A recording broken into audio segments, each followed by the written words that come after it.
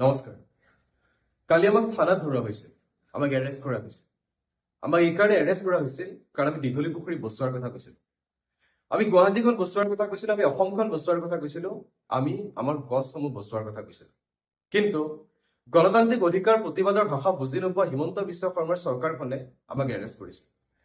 কিন্তু আজি আমি ইয়াৰ পৰা হিমন্ত বিশ্ব শৰ্মাক জনাই দিব বিচাৰো যে তোমালোকে কাৰাগাৰত কিমান মানুহ ভৰাবা, তোমালোকে জেলত কিমান মানুহ ভৰাবা, কাৰাগাৰৰ ঠাই নাইকিয়া হ'ব, প্ৰতিবাদ কিমান জোৰদাৰ হ'ব। আৰু সেইবাবেই আজি আমি হিমন্ত বিশ্ব শৰ্মাক ক'ব বিচাৰিছো যে দীঘলী পুখুৰী, এই অসমখন, এই গুৱাহাটীখন তেওঁৰ পৈতৃক সম্পত্তি নহয়। এই গুৱাহাটীখন, এই দীঘলী পুখুৰী, এই গছ গছনিসমূহ আমাৰ। আৰু আগন্তুক যিটো সময়, এই সময় আমি বসবাস কৰিম, আমাৰ প্ৰজন্মতে বসবাস কৰিম।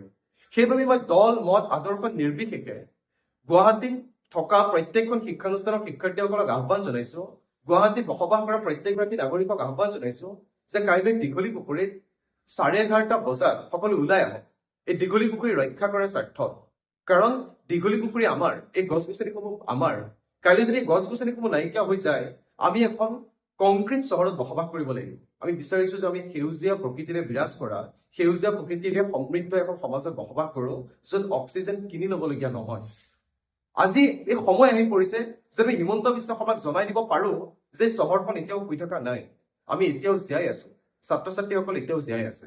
আৰু সেইবাবে মই সকলোকে আহ্বান জনাইছো এই কাৰণেই যে শ্বাস প্ৰশ্বাস লৈ থকা মানে জীয়াই থকা নুবুজায়, চলাচল কৰি থকা মানে জীয়াই থকা নুবুজায়।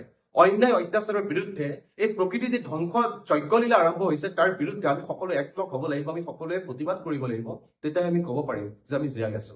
গতিকে আজিৰ এই সন্ধিক্ষণৰ সময়ত, আজি জটিল সময়ত আমি সকলোৱে একলগ হওঁ আৰু এই শুই থকা চহৰখনক জগাই দিওঁ আৰু হিমন্ত বিশ্ব শৰ্মাক আমি জনাই দিব পাৰো যে তোমালোকৰ যি এই অত্যাচাৰ, তোমালোকৰ এই যি অনিয়ম, তোমালোকৰ এই যি নিপীড়ন, সেয়া এদিনৰ হ'ব পাৰে, সেয়া দুদিনৰ হ'ব পাৰে, কিন্তু সৰ্বকালৰ নহয়। এদিন সলনি হ'ব, এদিন সূৰ্যোদয় হ'ব, আৰু কাইলৈ সেই সন্ধিক্ষণৰ সময় যেন আমি সূৰ্যোদয়ৰ কথা ঘোষণা কৰিব পাৰো। ধন্যবাদ।